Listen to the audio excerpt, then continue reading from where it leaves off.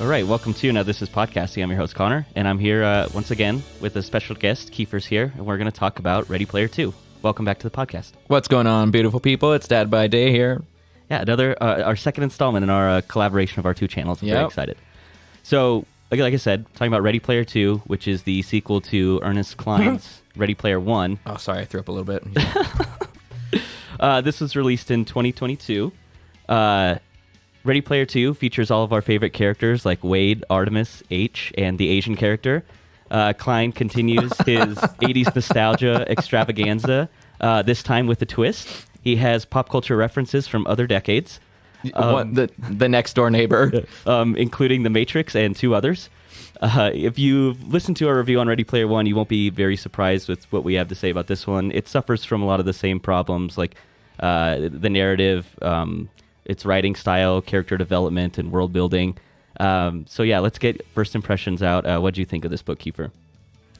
After being like a fan of the first one, the first time I read it, I was very disappointed the first time that I read this book. It seemed like the characters weren't the same, especially Wade. I thought he was way different. Even just the first time reading through this book, I found I was asking a whole lot more questions, why are they doing this? This doesn't make any sense, continuity wise or chronologically. There was just a lot more things that I was confused about and just left disappointing. And there was definitely some journeys through the muck and the mire throughout this book that it just is such a slog to get through, right, that are not fun to read or listen to. When I think I probably gave this a 4 or 5 in my own head the first time I read it. I was not a fan. Yeah, I like that you bring up continuity, because this book doesn't feel like it's a continuation of the first book, except for that it just picks up where the first book left off. There's no continuity between some of the characters. It feels like, especially Wade, kind of narratively changes when the book needs drama at certain points. So it's very, like you said, it's like you stopping and asking, why is this happening? Not because it's clever writing or you miss something. It's just there's no consistency to the book. So you end up stopping and asking yourself, wait, what is the motivation here? Why is this happening? And it's just because it's not very good writing. Well, not necessarily because it's not a hard story to track. It definitely doesn't help that he wrote this second book over a decade after the first one, because he did the other one in 2009 or something, right? 2011. So it's 9 years later. 9 years, about a decade, but still a decade later between the person writing this story and what is going on in their lives in the world or whatever is going to make it hard to transition how that person has changed and not affecting the way that his characters changed. And right. I think that he absolutely did not do that. His characters changed with his personality and his beliefs in 2020. Right. It feels like he didn't read Ready Player 1 before he started writing this. Yeah. And there is a little bit of a disconnect with, I think, how the characters feel. I want to move on into world building. That was one of our issues in the first book. It felt like it was hard to really get a sense of the scope and scale of the real world because it's not really elaborated on much. And I think that one of the characters that kind of helps that is Artemis, or Samantha. She's become kind of a philanthropist do-gooder. She uses her earnings and winnings from the Halliday contest to travel around, make the world a better place. She's very socially and consciously aware, and she's trying to do something. And I think through that character, you get a better idea of the state of the world, at least compared to the first book, more of a bright spot than I was expecting to have. They do spend more words talking about the state of the world in the second book. I still don't understand who's at war with who, how many of the population. I don't get a sense of they still just do nothing but talk about how everybody's in the Oasis all the time. So it's whatever time they spend with Samantha going around with the poor people is totally overshadowed by the amount of people that they're constantly talking about being in here, so being in the Oasis. So it's how big are these people's problems really when they still find time for 80% of them to be logged in all the time? There's the part in there when the only reason she ever uses an ONI headset, which we haven't talked about yet, but if you've read the book, then you'll understand what I'm getting at. And she puts the little headset on the little, I'm assuming, I don't know, mid-African child, wherever the famine is. It could be in the middle of America at this point, for all we know, because we just don't know. Seems like some impoverished child, yeah. Yeah. She puts the ONI headset on them so that way the other users can experience how it feels to be impoverished and exploited. And I'm aren't you exploiting that person's situation to further your own cause. Like, you're right. Like, that was one of the things I thought. So it's like, yeah, it's great that you're doing this, but your whole high and mighty attitude about it is my problem with her. Yeah. I can tend to agree with that, but let's move on to the O&I then. We discover it after Wade has completed the original like Halliday challenge, and there's a small Easter egg on the Easter egg letting him know there's like a file or somewhere, some hidden room that has this O&I technology, which is essentially like a device you put on, it scans your brain, and all of a sudden now you can experience the Oasis physically, you can touch, smell, taste things now. It's not just feedback on a haptic system. It's like you are literally feeling it. And another kind of wrinkle into that is people can wear the O&I and upload their own experiences. And so I really like the idea of it. Yeah, that was a cool idea. In terms of it being kind of an exercise in empathy. So I kind of like the idea of Samantha putting it on the kid. That way people can understand other people's situations, what it's like to be this race or this sexuality. I understand the benefit of it. Yeah. It's just like it seems hypocritical, which is my problem with her character. Is I feel like not a lot of the time. I feel like there are definitely times when she comes off hypocritical, and she's supposed to be like the most relatable, normal thinking kind of character in this book. Right. I think, like I said, there's a lot of stuff in the first book that I like conceptually. Like conceptually, I kind of like the idea of the O&I and how it can be used and kind of other functions it can have outside of experiencing someone else's body as they like go skydiving or surfing. It feels like there are much deeper, more like practical uses for it. Don't give him any ideas, dude. He is not equipped to write a third book where we delve into the how your brain would really work with this. I just think I like the idea of using it as like a tool for empathy. Yeah. I think that's interesting. But we shouldn't talk about that quite yet, right? Because we have other reasons why that's a better thing to talk about. One of my problems with how like I said, conceptually, I like the O&I. I don't think it functions well in this book because it really feels like Ernest Cline was worried that he didn't have anything interesting to write about the Oasis, so he needed to create some new thing that exists in the Oasis. And man, they spend so much time talking about the new hotness and how it works in the Oasis. They spend a lot of time talking about it. And unnecessarily pronouncing acronyms kills me. They call it the Earl. Come on. They call them Revs and Sims. It's like, dude, you don't need to do this to me. It's supposed to sound cool to the gaming community. And it absolutely does not. Yeah, I didn't love it either. Nobody's like, oh, he said Earl. Yeah. I just don't like how it functions in this book. It felt like it only existed to add a new exciting thing in. It was a plug to try to speed up the rock rolling down the hill that he had started when he pushed it down at the beginning of Ready Player One. When I think all you had to do was actually have them do something interesting in the Oasis. Using the Oasis, you created this great world. Stop making people play freaking arcade games in the Oasis. Stop doing it to me. Yeah. So that's my issue with how it functions in the story. Is it's just kind of a new thing for them to experience, but it doesn't really make the story any more exciting. And it does add a vehicle for some new problems, which is fine. Some of those being, and I want to talk about this, I guess, a little bit before we get a little bit later, because it's going to have some part to it, is one of the things they talked about specifically was the SOS, right? The synaptic overload syndrome. And it automatically logs you out if you hit 12 hours of use in a day. Now, everybody in this world seems to fully believe that Halliday's science, his hardware, engineering, and all that stuff was completely safe, and it was totally legit, which means that it's 12 hours. That was probably a limit based on the weakest person, right? Because SOS is going to affect different people at different times, but everybody trusts his science and they trust his engineering. So this 12-hour thing really got me when it started not making sense later on in the book. Yeah, because everybody's like, oh no, it must be good. And like they spend a lot of time talking about how they've done their testing on it and it's super safe and blah, blah, blah. But then when it's convenient for the story, now all of a sudden this 12-hour time limit that Halliday himself has built into this thing is not good enough. And I'm like, no, I'm calling BS on that. Yeah, it would probably, I mean, the same way like there are medications that are regulated and there's like a minimum dose and a lethal dose and stuff. And so the dose you probably get is good enough to like get the job done, and like the lethal dose is just like, hey, this is you're starting to reach that threshold. It's just like a safety put on it, like that's part of regulating things. So 12 hours is probably just like you could probably go a couple more, But to be safe, but not we're even cutting it because off at 12. all of the people that have ever died from it died at like 13, 14 hours. That's what I'm saying. So it should be a lower hour limit on it then. If people are starting to be affected at 12 hours, then there should be a safety built in where it cuts off at like 10. But that's what you're saying. That People way you're not start being affected at the 12-hour mark, which does not happen later. Right. Again, this is just more of the inconsistencies in this. Yeah, book. sorry. He's going to correct me a lot when I'm going to rant about this stuff because I'm not nearly as eloquent when in my construction of my notes. I just have a whole bunch of questions in my notes about like, why were they doing this? This is a problem I had. This doesn't make any sense. He's going to steer me back on track a lot this time. But no, I appreciate bringing it up because that is a struggle with this book. Is like it's just I keep asking myself like, wait, what? Yeah. I just keep saying that over and over again. And I think we can move on to one of the characters that I keep saying, wait, what? About so often is Wade. Wade? Wade's in this book? Yeah, he is a little bit. I totally forgot. We're going to get into another character. We'll talk more about Halliday later.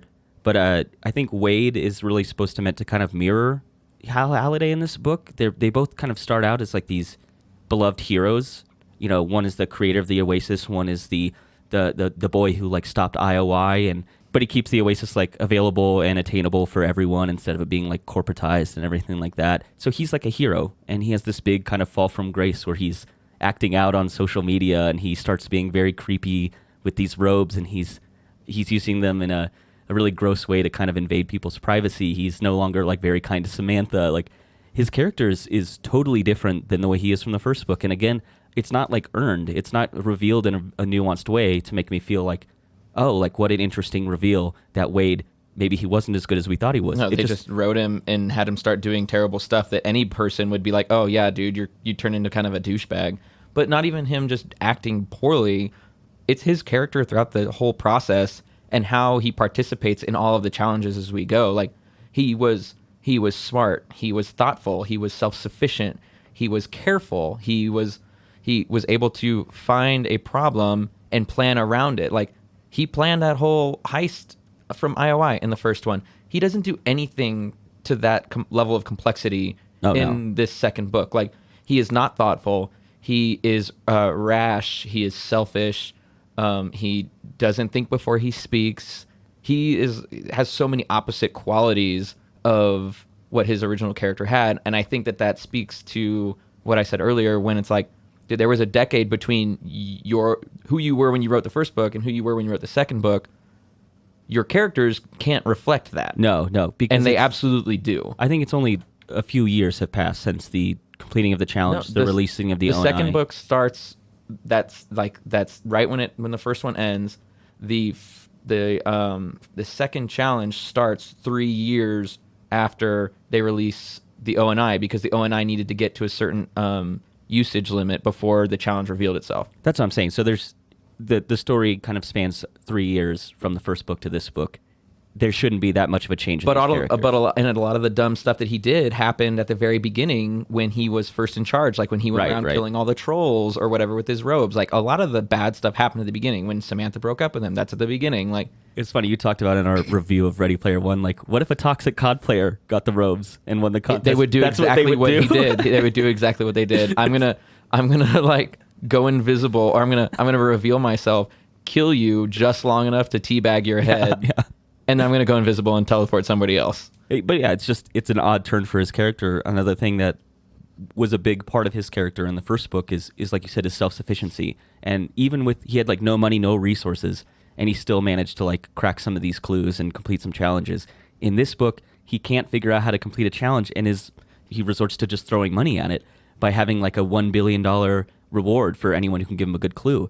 And it seems totally out of character for Wade. Like, why would he ever do that? He was adamant on being like solo running the Halliday Easter egg in the first book, and then it took him less than 3 years to give up and be like, whoever can help me out, like I'll give you $1 billion. Yeah, it's so lazy, and I think it's a lazy way to introduce kind of a new group of characters into this, which don't honestly really have a big role in this book. Kind of makes you wonder why IOI didn't do something like that and just not have all of their numbers, all their usernames be their ID numbers. Like, why didn't IOI try something like that? Don't they sort of when they try to recruit Wade to join them? But they try to recruit Wade after he's already learned the first thing. I guess they recruit never him to get information. He doesn't ever. Yeah, I don't think he ever really talks about putting a bounty on the on the first key or anything. Either way, that's the first book. I don't want to talk about that one anymore. Right. So we can move on from Wade. Let's talk about our favorite character, H. Oh, Easily the most annoying character in this book. I think she is nothing besides a walking, talking representation of like the LGBT community. I think, again, this book tricks you into thinking it's very socially aware and very culturally aware. And it by having characters like this who like stand for these things, like H is a black lesbian. And so the book makes you think that, okay, like that's a theme in this book. Like we care about the things that they care about. But they're just attributes of this character. She's not a real character because of these things. Yeah, and like, not to say that those traits, I mean, nobody's saying those traits are bad, obviously, but it is just, it's just so cumbersome to the reader who's trying to imagine this world, when the way that those parts of her personality and character are presented to you as the reader, to give you some kind of idea on what her personality is. Like, that's what I'm saying. The way that she complains about, the way that she complains about things just lets you know that she is a black lesbian. They don't talk about, like, she doesn't have anything good to say about like how that's been for her, or good things to say on how we should all treat each other equally. That he never uses her character as a conduit to be progressive. It's just there for her to like snap her fingers and bob her head sideways and complain about whatever it goes against her character traits.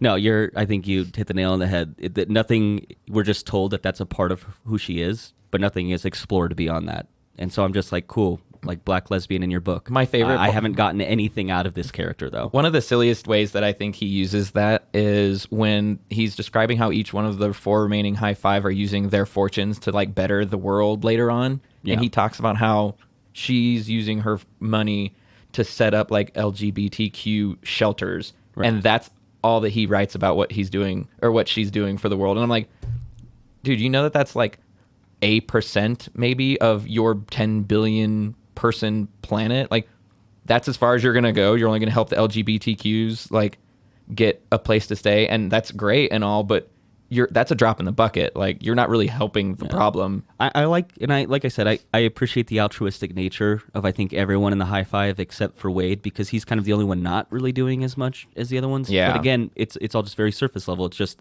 I'm just being told that they do kind things. Yeah. But it's just, it feels like it's very surface because it really just feels like they just put money at it. And they also admit that it doesn't help anything. Yeah. It doesn't make a difference. And it's like, dude, there's got to be like scientists you could be funding for like trying to re-terraform the planet or reestablish some atmosphere around this place so your global warming is not so bad. I mean, I get that it's only 20 some years in the future, but it's like, you're some of the richest people on the planet now. You can't get some governments behind you or some scientists behind you to like actually make a serious dent in this thing, which is why it's annoying that these are like early 20-year-old characters who have been handed the fate of the physical planet to some degree, and it's you're so right. Irritating. Yeah. So let's move on. I made a joke about him earlier saying he's the Asian character, but let's talk about Shoto. Because again, I think he just exists. He's forgettable. Yeah, and he only exists to introduce like things from Japanese pop culture and to have knowledge on something that's Japanese. I think there's a kind of an interesting thing brought up about him. Like he gets married right away. He wants to start having kids really quickly because Japan's population is low. And he has this like sense of duty and responsibility for that. Which is cool, but that also doesn't make any sense. If there's 10 billion people on the planet and it's overpopulated, why are some of those people not moving to Japan where there's probably jobs available? If there's a population shortage, there's probably land over there. There's probably housing over there. There's probably job opportunities over there. Why on earth are they not moving over to this underpopulated place? I didn't even put that together. The planet in itself is still overpopulated. Yeah. Shoto should not be pushing out any babies as a 19-year-old or whatever he is. I guess maybe it's just that maybe he has a sense of duty to preserve Japanese culture. It is a cool way for him to write that bit in there to make him seem more honorable. Yeah. And that's great, but it does not make any sense. Because the idea was, it was like you had that whole generation of kids who basically just like shut themselves out. Yeah. Didn't experience the world. And so he's like, I want to have kids and have them experience the world and everything. I thought there was like something interesting there. But then it immediately moves on and we kind of get into this like slog of like, find the challenge, complete the challenge, rinse, repeat. And just each character happens to have like really niche knowledge to solve all of these puzzles. And unfortunately, like Shoto just falls right into that. He happens to have knowledge on this very specific thing that helps Wade complete his story. And then that's it. Yeah. And so I mentioned a little bit about Artemis earlier, kind of altruistic do-gooder philanthropist. She's trying to go out and like do the right things. And I think what's really interesting about Artemis is before I started this book, you had texted me and you were like, you're going to hate her. She's the worst. So much worse in this book. It's not that her deeds or her actions are necessarily bad. I think it's her attitude towards the people around her. It's self-righteous personality. It's like, that's what I think really grinds my gears about her character. Yeah, it's great that she's like putting her physical body on the line to go to some of these war zones and stuff like that, because none of the other people are doing that. I mean, that's fine. And especially somebody who just won the contest, like she's extremely famous, and that's great to get exposure that way, because there's probably a lot of people that don't know that, and that's fine. It's just her attitude and her self-righteous nature about it, and the way that she's like condescending, and it just comes off kind of hypocritical to me at some points. Like there's times when she's like actively bashing the company on social media and in the news. This is your source of income to help you fix the world. Why are you doing this? Like, if you really don't believe in the ONI so much, how have you not sold your shares of GSS to the other three? So that way you don't have to participate in poisoning of the mines or whatever. You're still a bystander of this thing. You're an owner of this company that is peddling this drug that you so hate. Like, so there's still just little hypocritical things about her that I was like, man, you suck. So this is actually what I really like about her, is that she is very cautious of the ONI, and she is critical of the people who are spending too much time in the Oasis. And she has like real smart ideas like, hey, we don't really know how this affects like children. We should put an age limit on it. Like brains aren't even done developing until like you're 21. That was interesting. And so and they vote on that, and she gets voted out. She's like, okay, well, what about 18? Like, let's just try and settle on that. And they still vote against her. And so I actually like that she remains in the company. The best way for her to achieve her goal and try to bring about the change that she wants to see is to have a vote. Is to remain in. So I think she's the only character that's making any sense in this book, because all the other characters are kind of really rash and brazen about the ONI, and they kind of put it out with like, there's no sense of consequence for anything they're doing until we get later in the book where there finally is consequence. But then it turns out that consequence is also invisible and empty as well. Right. I just liked for a minute there, I was like, oh, Sam was right. Like, it was nice to have someone with a voice of reason and to have them turn out to be right. And then, and I agree with you that maybe the way the character is written makes it kind of annoying that she's right. But I just thought that if you just look at her objectively, I really liked everything that she was doing. Yeah. Like, she made so much sense to me. Yeah. It is interesting, though, how often in both books, really, they are like, haven't you ever seen a movie before? This is how this normally goes down. And then it happens exactly the way that it happens. And it's like, come on, you even are writing, you even talk to each other about, haven't you seen an alien invasion movie before? Haven't you seen when AI takes over? And when AI takes over movie before? And it was funny, too, because when this is all happening, when like later on, I was like, oh my God, it's just like Sword Art Online. This is exactly like what happened in an anime that I watched 15 years ago or like 10 years ago. Yeah. Isn't Sword Art Online referenced in this book? It is twice. Yeah. It is twice. But it's just, it is a copy and paste of that whole situation where the people going in there get trapped because they're using a brain device. And if they die in the game, they die in real life. Right. But the best thing about the difference between that and this is the bad guy in that killed people, and he showed and proved to the rest of them that they were actually dying. There were stakes in that book or in that show. That does not happen in here. Oh yeah, you're right. Part of the problem is she's right, but then ends up being no consequence. It's completely deflated. It's completely deflated by the end of the book. Like whatever tension and stress has been built up, I would say like 80% of it when he has that last conversation with Anorak is completely deflated. I'm like, well, why did I read this? Why did I read this book? So for all the good I think that Samantha has in this book, and she is like really the only real character in this book who has any kind of thought-provoking piece to this novel, she still falls into the same thing where she helps Wade at the end complete the challenges. Everyone is just in the service of Wade in this book, and they were so close to giving her like a real story. And then it just didn't happen. And then it just turns out... They forgot... He forgot that she was there, honestly. Like, He has to, like, because there's no explanation. We were talking about this before we started recording. There's no explanation for her to not be. There's a part where she just disappears. Yeah. She's like, I have to log out and go. There's no reason for it. It's to go and help prepare the siege on Ogg's house to go and rescue him later. But then they never do that. And and it's like Wade and Sam still have to go and do that later anyway. Like, she just spent the whole Prince world gone for no reason. Right. They all have such a very specific set of skills that are just a perfect tool for the job, and it is not fun. It's not fun. Like, what if this had happened? What if this hadn't happened in the 3 years following the release of the ONI? What if they had all died? What if Shoto had died in a car accident? They never would have completed that challenge. Right. If Sam had died in a car accident, they never would have completed that challenge, because I guarantee you, she's probably the only one in the whole Oasis that completed all the challenges on Arta 1. Like, it's just so irritating that it's convenient. There is no other person, there's no other group of people who had the skills required to pull this off.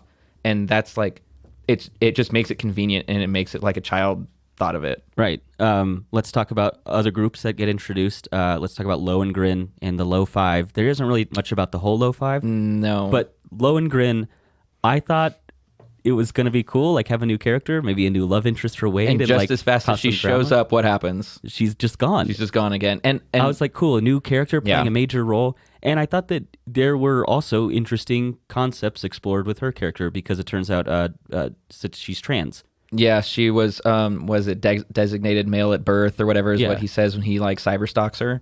Yeah, which is also just so creepy of Wade. Like, yeah, come on, Wade, stop being creepy.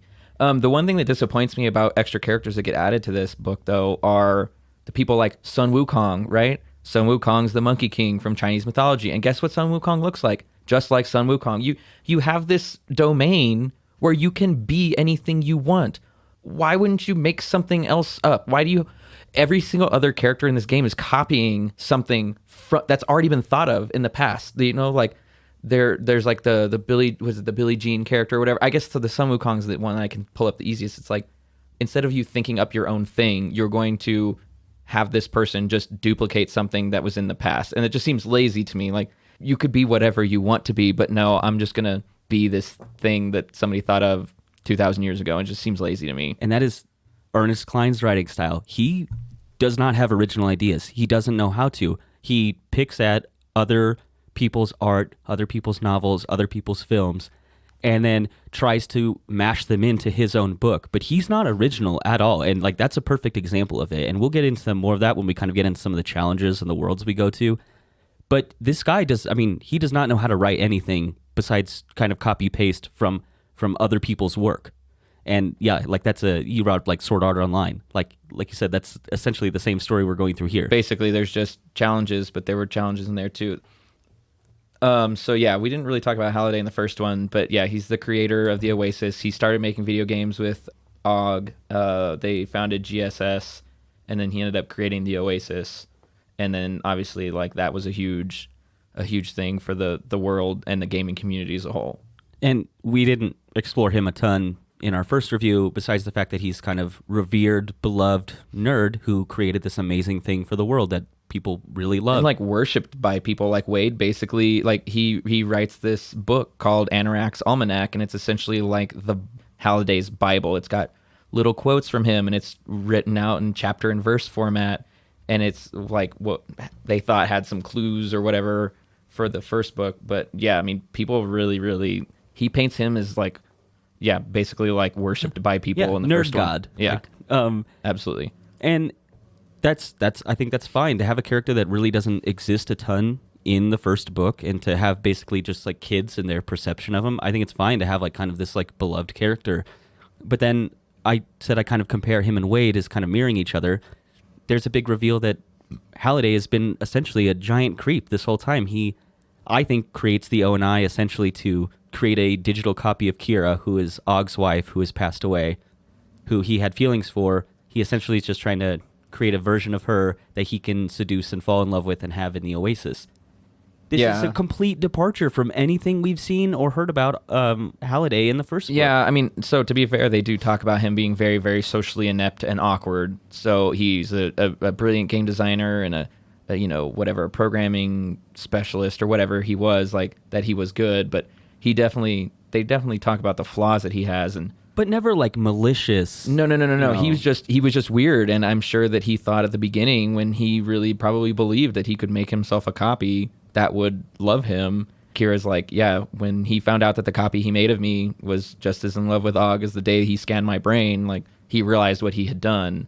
And no, they definitely paint him as this weird creeper who is like, yeah, weird, like a brain rapist is what exactly. They paint him like. I put he performs the first act of digital kidnapping and imprisonment. Yeah, basically. But yeah, it's just, there's nothing in the first book that would suggest that he had like this big skeleton in his closet like this. And it's part of my problem with the first book is it feels like Ernest Cline knew where he wanted it to end, didn't know how to get it there. So he knew he wanted to have this kind of conflict in the end with Kira and Halliday, and kind of his realization that what he had done was wrong. He has invaded her privacy, removed any sense of autonomy from her, and he's realized that that's wrong.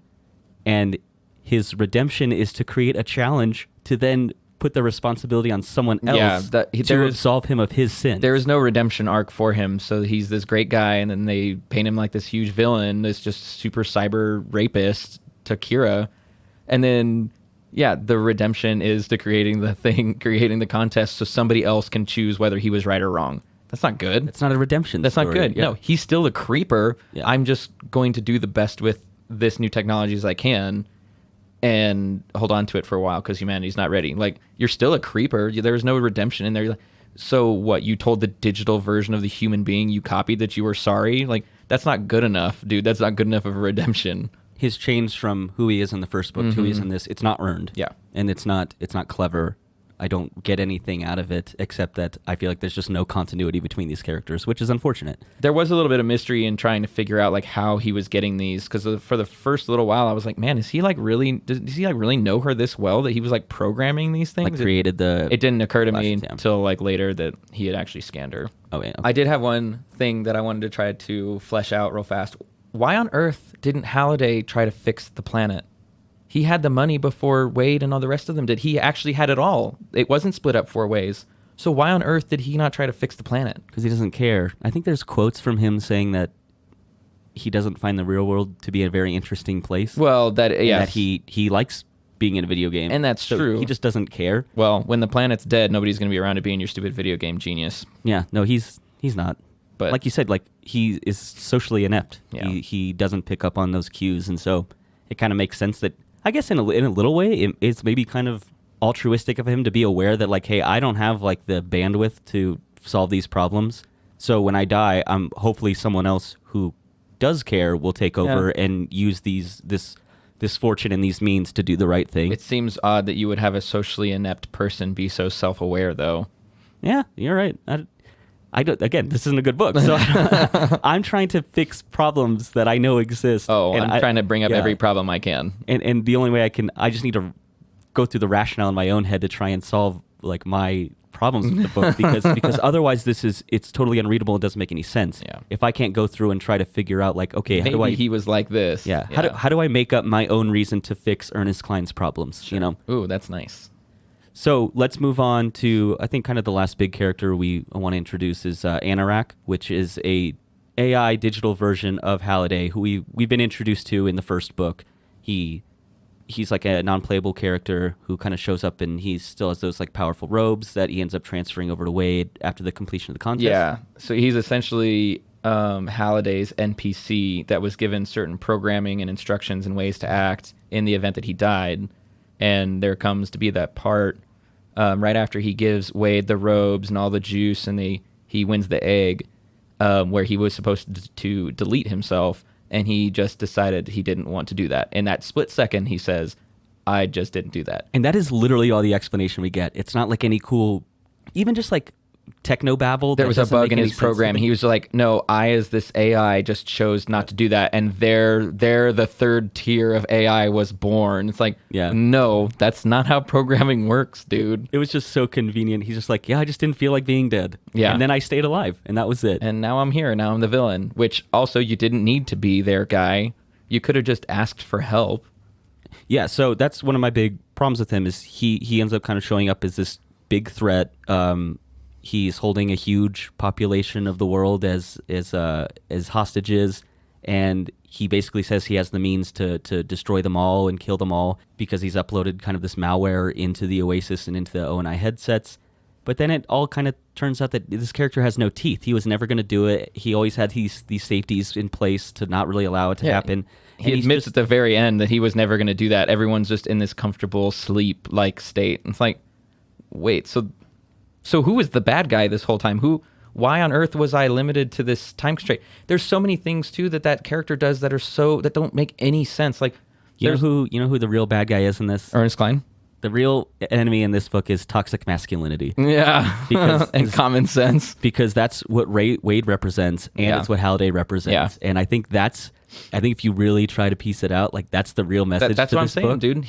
You can tell he wrote this book in 2020. Yeah, you can absolutely tell he wrote this book in 2020. These are not the same characters that he wrote in 2011. No, not at all. And I think that's the real enemy of this book is what you say, toxic masculinity. If only I wasn't so white and had that thing between my legs. But so he does this one thing. Like I've got to talk about a couple of these things because I wrote so many things. So there's a part when they because at this point Og has found 2 or 3 of the shards and they ask Anorak for help. Well, he's like, no, I'm not going to do that. Where's the fun in that? Okay, well, he's already constrained them, they think, to their 12 hours, right? Like they're already an hour or so into it. There's a deadline on this. They think they only have 11 hours left before their 12 hours hit. Otherwise, they might die. They might go into this coma. He doesn't know. They don't know if he's going to keep them clocked in for past 12 hours. They start getting SOS, and there's supposed to be real stakes to this. And part, he's like, no, I wouldn't tell you if I knew it. So it's like he wants this item, but he has information that would help them succeed in getting him what he wants, and he's still, just for the sake of him being, like you said it earlier, the little twirly mustache enemy, twirling villain guy, he's going to be like, no, I wouldn't help you anyway. And then even before that, he talks about how he's run millions and millions of simulations. It's the whole Doctor Strange thing from the Infinity Wars, where he's like, this is the one that's most likely to succeed. So you're telling me that when you ran these simulations, the one that was the most likely to succeed, where you were going to be a barrier to your own success and not share information to the people you were trying to help? Oh yeah, no, that makes no sense. It doesn't make any sense. And then Samantha jumps out of the plane. You're telling me that your 1 in a bajillion odds shot of succeeding involved her jumping out of the plane? If Calvin were here, he would say that like a zero-sum game is one where you succeed if you are working together with the other people, and if you're sharing as much information as possible, that's how you win the game, which is just the exact opposite of how this works. The exact opposite of how it happens. Yeah. He is demanding the success of this. Like he's holding everybody hostage and making it sound like he's going to kill everybody if he doesn't succeed. And he gives them a time limit. But then he doesn't help. He doesn't offer help. He actively refuses to help. There's no reason for Anorak has an army of minions later on. There's no reason in the world why he shouldn't be trying to help them. Other than to just be the little twisty mustache villain guy and not help them. I had a note that I think if he had just shown up to the high five, explained what had happened with Kira, explained that this is like his end goal, and kind of been more Halliday about it instead of like creepy, weird Anorak about it, you probably just convinced the high five to help you. To me, that like just the way these characters are set up, I think there's a higher chance of them being altruistic and just doing what they think is good, rather than like this really weird contrived challenge where they're handcuffed and hamstringed their whole way through. There was no reason for them to be put up against this timeline in order to like force their success or anything like that. And like, I guess to be fair, probably the reason why that wouldn't have happened, again, trying to fix his problems, is because he removed a lot of Anorak's memories, which was what corrupted him in the first place. Had he not done that, he might have been more Halliday about it, like you say. If he had just been more Halliday about it and asked, that might be one thing. But if he was really Halliday, he would have stuck to the plan and waited for somebody who hopefully had a better mind and a purer heart to make the decision for him, so Halliday didn't have to do it. I suppose you're right. I forgot about the memory thing. So he's essentially not really Halliday. He's not really Halliday. He's missing memories. Parts. Okay. That's a good point then. Still, I don't like the idea of him just adding hurdles for the sake of it. It's adding hurdles for hurdles' sake. He's not a good bad guy because you find out he's about as much of a bad guy as like a inflated pink balloon is a bad guy. Like nothing happens. He wasn't going to do anything. He admits it. So now it's like There's no consequence. It's like when I played and then this is gonna be a spoiler, but this game's been out for a while. When you play Jedi Fallen Order, right, you spend your entire time going to try to find the holocron that has the location of the rest of the Jedi, right? Right. So once you're done with the game and you find the item you as the player has spent hours looking for, overcoming whatever obstacles based on your skill level you had to overcome, what does he do with the item? He cuts it into pieces before he even uses it. And I was like, what on earth was the point of the last 18 hours of my life? Doesn't he just say, like, we'll just trust the Force? We'll trust the Force. And it just doesn't... so bad. That kind of a thing doesn't make any sense. Like, when you totally, like you say, declaw or defang your villain at the end and you deflate every threat he ever made, you immediately null and void it. What did I just read? Yeah. Why? Yeah. Why was I a part of this? Why did I spend 20 hours? Nothing was going to happen. Yeah, right. No, I think it's frustrating. He doesn't exist in this book in a very valuable way. No. He's there to be a bad guy because he thinks there needs to be a villain. Instead of making a new villain, like, this was an attempt to make a new villain, I guess, but it's just, he's not a good villain. He's not a good villain. If Thanos was like, haha, I just wanted to collect these things, I was never really going to snap my fingers. Tricked you. Like, what kind of a lame movie would that have been if he hadn't succeeded? It would have been terrible. You know what I'm saying? All right, and with that, we're going to close out part 1 of our 2-part review and discussion of Ready Player 2. Please go check out Dad by Day, Gamer by Night's channel on YouTube. He's got great gaming content. Loved having him on the podcast, and this is a really fun collaboration to do with him. And remember, you can find our podcast on any platform like Spotify or Apple Music. We're also on like Amazon podcasts. We also uploaded all these to YouTube, so leave a comment, tell us what we're doing well, tell us what we're doing wrong. And with that, thank you for listening to Now This Is Podcasting.